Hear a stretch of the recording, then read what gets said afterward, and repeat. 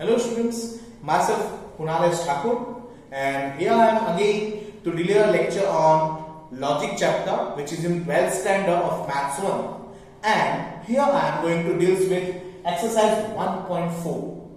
Students, this exercise is very important for you and for this exercise there is a chart given to you. In that chart there are some laws and for this exercise you should understand all the laws. So I am presenting all the laws on the screen and you all can memorize those laws. Okay, please.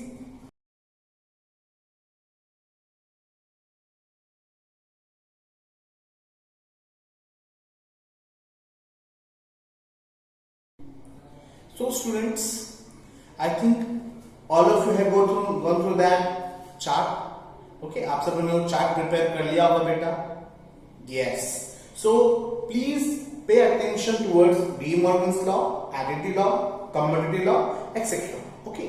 आपको वो सब chart याद रखना है. Otherwise इस exercise का 1.3 question number 3 आप नहीं कर पाओगे बेटा. So let us start with 1.4's first question. In this question, you have to find the negation of the given statement. आपको जो भी क्वेश्चन दिया रहेगा बेटा, आपको उसका निगेशन फाइंड आउट करना है. ओके, आपको उसका निगेशन फाइंड आउट करना है. सो कैसे करना बेटा? Let us find it. In question number 1 you have to find negation. You have to find negation. So in bracket, in square bracket, there is a question. Okay, and I will start with the negation. This is a symbol of negation. Okay students, so negation of question हम लोग ऐसे पढ़ेंगे. negation of question, ठीक है. This is your first question. negation q arrow negation p. सो बेटा हमने already last exercise 1.3 में हमने पढ़ा ये वाला formula that negation of p arrow q क्या होता है बेटा? p and negation q. ये हमने लास्ट एक्सरसाइज में पहले पढ़ लिया था, ठीक है.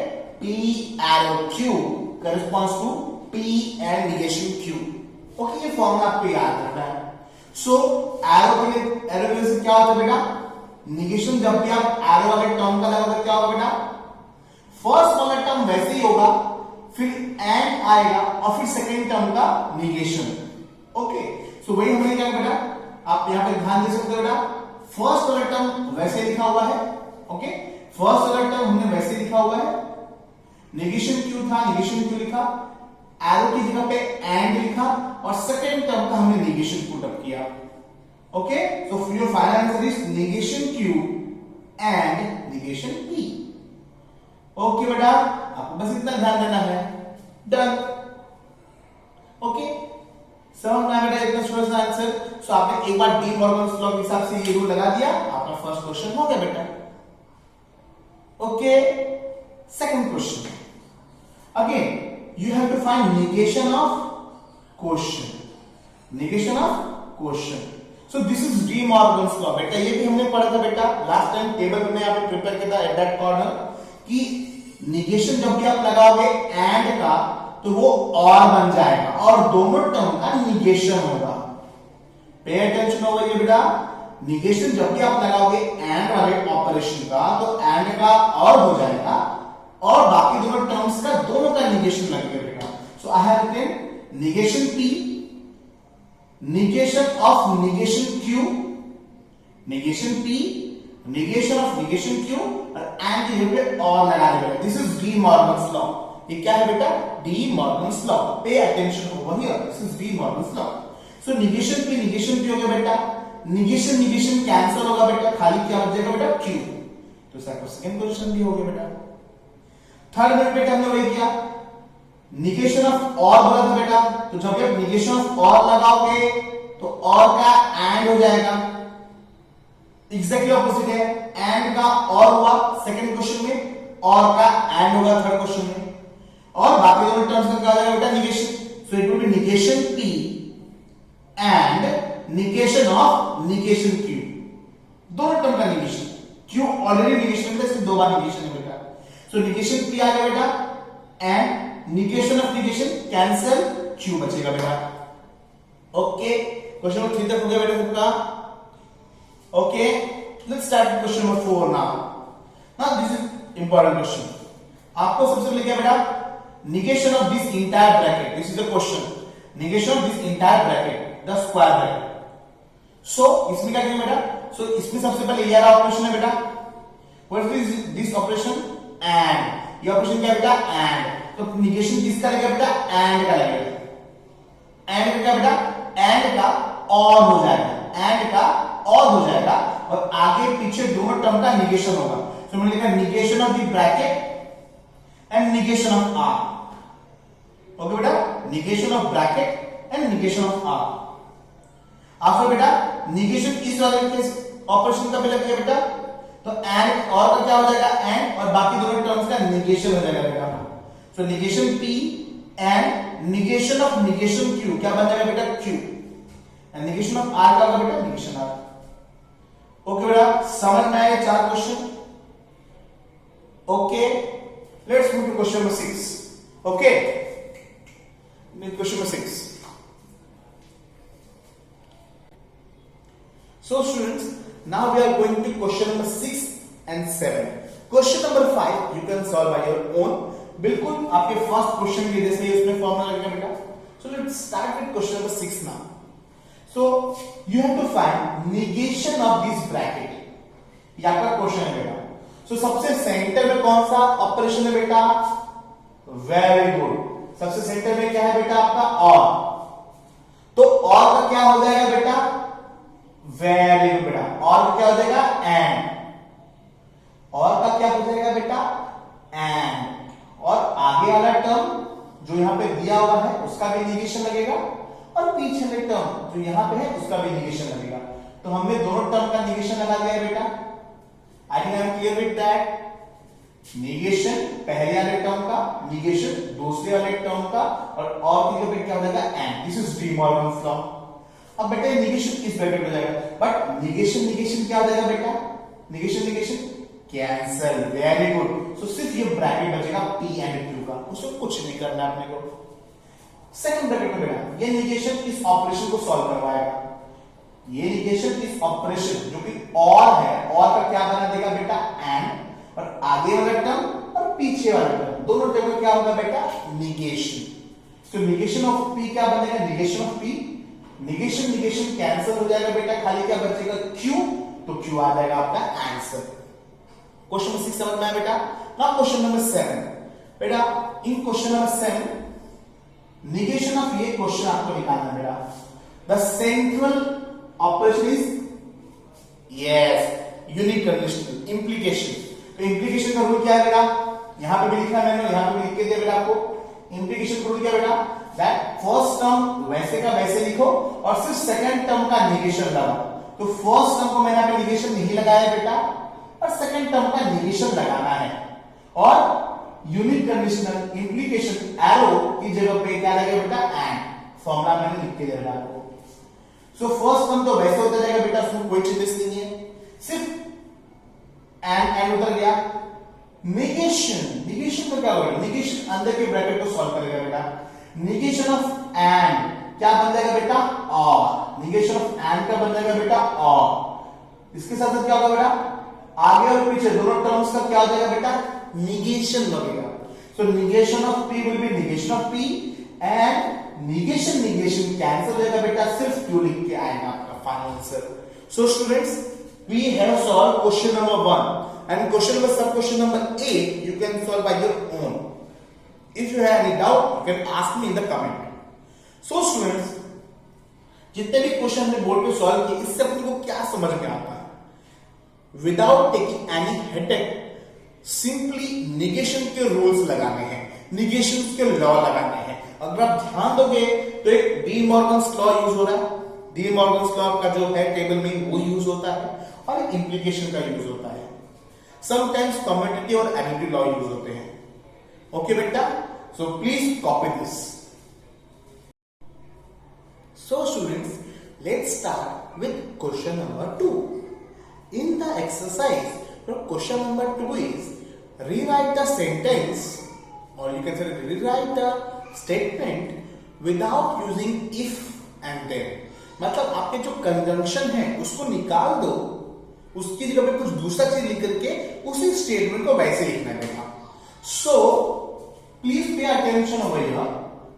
पी एरो क्यू का आपको एक रूल दिया हुआ है कंडीशनल लॉ। कंडीशनल लॉ में बताया है आप इफ देन को कैसे लिख सकते हो, आप इसको इस रूप में लिख सकते हो, निगेशन पी और क्यू। ओके बेटा, आप इसको इस रूप में भी लिख सकते हो, इस तरह आप उसको कन्वर्ट कर सकते हो। This is called conditional law. तो यही रूल करके आपको ये सॉल्व करना है। Let's start with something.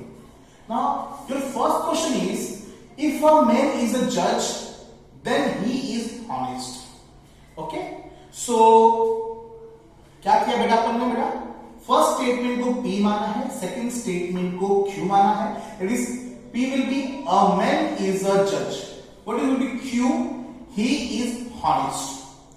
Therefore, symbolic representation of the statement is P arrow Q.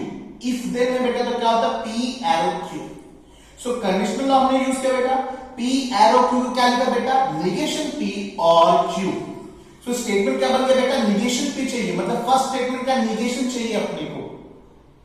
तो इसका सेकंड फॉर्म क्या होगा? A man is not a judge. A man is not a judge. और बेटा तो और he is honest. Okay बेटा? Next, question number 2 you can solve by your own, but we are going to question number 3 because it is in symbolic form. So, third question is if f of 2 function of 2 is 0, then function of x is divisible by x minus 2. So students, f of 2 is equal to 0 को हमने p consider किया है, f of x is divisible by x minus 2 second statement को हमने q assume किया है बेटा। therefore symbolic form of the given statement is p arrow q। फिर कंडीशनल लॉ क्या बेटा? नेगेशन p और q लिखना बेटा। तो नेगेशन p मतलब क्या? इसका ऑपोजिट। तो इसका ऑपोजिट क्या होगा बेटा? f of 2 is not equal to 0 और लिखना बेटा। सेकंड स्टेटमेंट वैसे का वैसा। सेकंड स्टेटमेंट क्या था? f of x is divisible by x minus 2। तो सेकंड स्टेटमेंट वैसा का वैसा ही लिखना है। सो f of x is divisible by x minus 2। So question number 2 भी हमने सॉल्व किया बेटा। ओके, इसमें आपको क्या करना है? इफ एंड देन को रिमूव करना है और आपको कौन सा लॉ लगाना है बेटा? Conditional law. Okay, so students let's start with question number 3। But before question number 3, students pay attention over all the laws which I have already given to you in the chart. Chart में जितने भी laws आपको दिए बेटा, commutative law, distributive law, वो सब आपको पता होना चाहिए बेटा। कंसेप्ट क्लियर हो उसका, आप अगर ध्यान से देखोगे तो आपको कंसेप्ट तुरंत समझ में आएगा। Okay, so let's start with question number 3. Okay, let's start. Now in question number 3, students, in question number 3 you have to prove the things. You have to prove the things. What I am saying? In question number 3 you have to prove the things. For proof you already know that LHS and RHS will be given to you and you have to convert या transfer आप बोल दो जो भी, LHS to RHS. So I am solving here. This is the first question we have. Okay, this is the first question. P biconditional Q. So I have taken LHS. इसको ये proof करना है बेटा. Okay. So biconditional. So after applying biconditional law, biconditional law क्या बोलता है बेटा? Negation P और Q. मतलब पहले इसका negation और second term एंड फिर सेकेंड टर्म का निगेशन और फर्स्ट टर्म, मतलब निगेशन P और Q, निगेशन Q और P दोनों ब्रैकेट में लेगा बेटा, बीच में एंड होगा। ये है अपना biconditional law. Okay students, after that we are using distributive law. Distributive law का मतलब ब्रैकेट ब्रैकेट मल्टीप्लाई, जो नॉर्मली आप ब्रैकेट ब्रैकेट मल्टीप्लाई करते हो मैथ में वही करना। मींस पहले दिस माइनस Q को एंड रिलेशनशिप के साथ ये ब्रैकेट लिखना है, here it is minus Q, ये ब्रैकेट के साथ एंड रिलेशन में आया बेटा। फिर ये P टर्म इस ब्रैकेट के साथ एंड रिलेशन में आया, मतलब समझ बेटा, this multiply with this and this multiply with this, दोनों पहले माइनस क्यू का इस ब्रैकेट में मल्टीप्लाई करके लिखा बेटा, फिर पी का इस ब्रैकेट में मल्टीप्लाई करके लिखा बेटा। माइनस क्यू और पी दोनों डिस्ट्रीब्यूट किया बेटा, इनके बीच में कौन सा सिंबल है, और, तो यहां पे दोनों ब्रैकेट के बीच में क्या रहेगा बेटा, और। समझना है बेटा, माइनस क्यू एंड इसके साथ पी एंड इसके साथ, दोनों के बीच में क्या है बेटा, और, क्या पे दिस इज डिस्ट्रीब्यूटिव। एक बार वापस मल्टीप्लाई किया बेटा, मतलब एक बार और डिस्ट्रीब्यूटिव लॉ लगाया है, so minus Q and P के साथ जाएगा, माइनस क्यू क्यू के साथ जाएगा, इधर P नेगेशन P के साथ जाएगा बेटा, P Q के साथ जाएगा, ब्रैकेट में मल्टीप्लाई बेटा, पहले इसका इन दोनों में मल्टीप्लाई, फिर इसका इन दोनों में मल्टीप्लाई। सो पहले लिखेंगे बेटा minus P and minus Q, negation P and negation Q, then Q and negation Q, तो ये आपका टर्म्स क्रिएट होगा पहला वाला ब्रैकेट, ठीक है, और दोनों के बीच में और का सिंबल डालना। सो अगेन यहां पे ध्यान बेटा, एक बार फिर से मैं आपको एक्सप्लेन करता हूं, पहले नेगेशन P एंड P होगा बेटा, फिर Q एंड P होगा बेटा, और इन दोनों के बीच में और है, यहां पे और का सिंबल आएगा बेटा, मींस ये इसके साथ, ये इसके साथ, माइनस P के साथ, Q P के साथ, समझ में आ बेटा, और इन दोनों के बीच में जो सिंबल होता है वो बीच में आता है। Now negation P and negation Q हमें चाहिए, negation P and negation Q, इसमें कोई चेंजेस नहीं है बेटा, Q and negation Q, this is called complement law. Q और नेगेशन Q साथ में है बेटा, एक दूसरे का ऑपोजिट है, Q का ऑपोजिट क्या होता है, नेगेशन Q, ये दोनों साथ में है तो हमेशा फॉल्स होगा बेटा, एंड के रूल में, Q and negation Q, F ये आपको कॉम्प्लीमेंट लॉ सिखाता है। नेगेशन P एंड P मतलब P और उसका नेगेशन P दोनों एंड में क्या होगा बेटा, फॉल्स, ये आपका कॉम्प्लीमेंट लॉ है, आप देख सकते हो कॉम्प्लीमेंट लॉ को बेटा। आफ्टर अगर और में F का रिलेशनशिप है तो सेम ब्रैकेट बार बार उतारने का, मतलब F का कोई वैल्यू नहीं, तो ये ब्रैकेट उतरेगा बेटा, इधर ये ब्रैकेट उतरेगा बेटा, ओके, एफ एफ गायब हो जाएगा, एफ और में गायब हो जाता है बेटा। रूल क्या है, दोनों साइड ट्रू तो भी दोनों साइड फॉल्स होते हैं ना, ये फॉल्स है, ये तो फॉल्स नहीं है, तो ये ऑटोमेटिकली डाउन हो जाएगा बेटा। ये आपका है, अपने को फाइनल आंसर मिलेगा, बस हमको Q एंड P को P एंड Q लिखना है, तो रिवर्स करना है, इंटरचेंज करना है, P एंड Q लिखना है, that is called commutative law. Q and P और P एंड Q सेम होता है, तो उसको मैंने अरेंज कर दिया, अरेंजमेंट दोनों क्या होता है, कम्यूटेटिव लॉ। समझ में आया बेटा, चलो एक बार फिर से मैं आपको एक्सप्लेन करता हूं।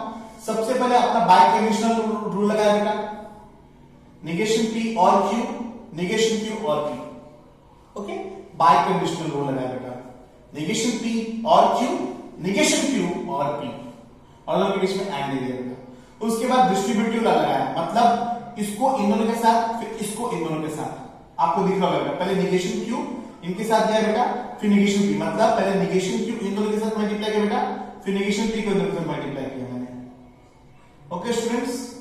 आफ्टर दैट Q को पहले इन दोनों के साथ मल्टीप्लाई किया बेटा, इधर P को इन दोनों के साथ मल्टीप्लाई किया बेटा, okay, so we got this four terms. वैसे ब्रैकेट में मल्टीप्लाई करने पे बेटा को चार टर्म्स मिलता ही था, डिस्ट्रीब्यूटिव लॉ है। फिर Q और उसका नेगेशन Q क्या होगा, F, P एंड उसका नेगेशन P क्या होगा, एंड में F हो जाएगा बेटा, यस एंड में F होगा, और होता तो हम लोग ट्रू लिखते, बट यहां पे क्या लिखेंगे हम लोग, and, this is called complement law. उसके बाद बेटा ये दोनों क्या बताएंगे, ये दोनों क्या बताएंगे, ये this is your identity law, मतलब जो भी टर्म्स होता है दूसरा टर्म आता है और में, मतलब अगर P और F है तो इसका कोई वैल्यू नहीं, यही लिखना है आपको। तो वैसे अगर मैं P मान लूं और F बोलो तो सिर्फ P लिखेंगे, सिर्फ ब्रैकेट, बट ये आपका फाइनल आंसर आ गया। Okay students, did you understand? Question number proof हो गया बेटा, आई जस्ट लिखिए। नेक्स्ट क्वेश्चन नंबर 2 स्टार्ट कर देगा। ये आपका एलएचएस है बेटा, सो हमने एलएचएस दिया, क्या लिखना बेटा, P और, इसमें क्या लिखना, P और, दोनों ब्रैकेट में फर्स्ट पार्ट सेम है, इतना पार्ट सेम है, यस और नो, कॉमन ले लिया, कॉमन जो है वही डिस्ट्रीब्यूटिव लॉ है बेटा, तो कॉमन जो ले लिया यहां पे P और आया, देखा P और कॉमन ले लिया, यहां पे क्या बचा बेटा, Q and negation Q। Just हमने पढ़ा बेटा वो कोई भी चीज उसका नेगेशन एंड में है तो फॉल्स बन जाएगा, that is called complement law. फिर F अगर और में है तो सेकंड चीज याद आता है, F अगर और में है, F अगर और में है तो F का कोई वैल्यू नहीं, डायरेक्ट सेकंड चीज लिखो, सेकंड चीज क्या है, P। आपका फाइनल आंसर आपके सामने आ गया बेटा। सो क्वेश्चन नंबर 1 और क्वेश्चन नंबर 2 हमने सॉल्व किया बेटा। Please pay attention over here. आपको हर एक लाइन में जो भी लॉ आप यूज करते हो वो आपको लिखना है। ओके, विदाउट दैट आपको मार्किंग नहीं मिलेगा। Okay students, let's move ahead. So students, let's move toward next question. This is question number 3 now. So in question number 3 analysis में क्या दिया बेटा, आपको 3 ब्रैकेट्स दिए हैं। ओके, आपको कितना छोटा सा सॉल्व करना है बेटा, डरने का नहीं बेटा, बहुत इजी है। आप थोड़ा सा ब्रेन यूज करो। अगर आप तीनों ब्रैकेट को साथ में देखोगे तो आपको मिलेगा फर्स्ट ब्रैकेट और थर्ड ब्रैकेट में कुछ कॉमन है।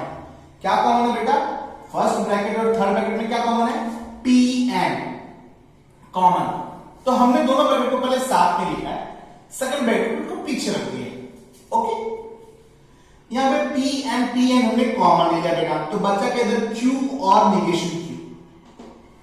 ये तो ऐसे उतार दिया, उसमें दिक्कत नहीं बेटा। Now please pay this is your distributive law.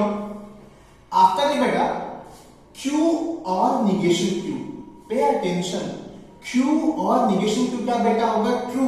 Complement law में लिखा है और के टाइम पे ट्रू लिखना है। लास्ट क्वेश्चन बेटा कॉम्प्लीमेंट लॉ में एंड था तो हम फॉल्स लिखते थे, यहां पे ट्रू लिखेंगे तो ट्रू हो गया। आइडेंटिटी लॉ में वहां पे फॉल्स था तो भी पी था, टी है तो भी पी होगा बेटा। सो ये पी आ जाएगा नेक्स्ट। अब एक बार और डिस्ट्रीब्यूटिव लॉ करेंगे बेटा, मतलब पहले पी को निगेशन पी के साथ, फिर पी को क्यू के साथ, मतलब bracket bracket multiply. This is your complement law.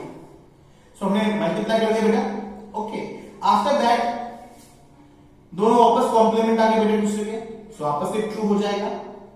ये पार्ट ऐसे आएगा बेटा। लास्ट टी एंड ये कोई टर्म दो बेटा, वो टर्म आता है, टी ऑटोमेटिकली गायब हो जाता है। So this is your identity law. So finally हम लोग का आरएचएस अपने को मिल गया बेटा। So you will write question and you will write then hints proof. So हमने क्वेश्चन नंबर 3 भी सॉल्व किया बेटा। Now students, question number 4 you can solve by your own. If you have any doubts, you can ask me in the comments. I will give you the answer and explanation if possible. Okay students, so we completed exercise 1.4 today. And what we studied? That we studied how to write negations. Again, we have studied how to write negations.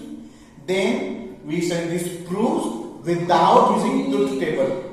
Without using truth table. After that students, in question number 2, what we studied? Rewriting any statement without using if and then. So students, this exercise is also very important. Okay, and the final exercise 1.5 I will explain in my next video. Thank you everyone.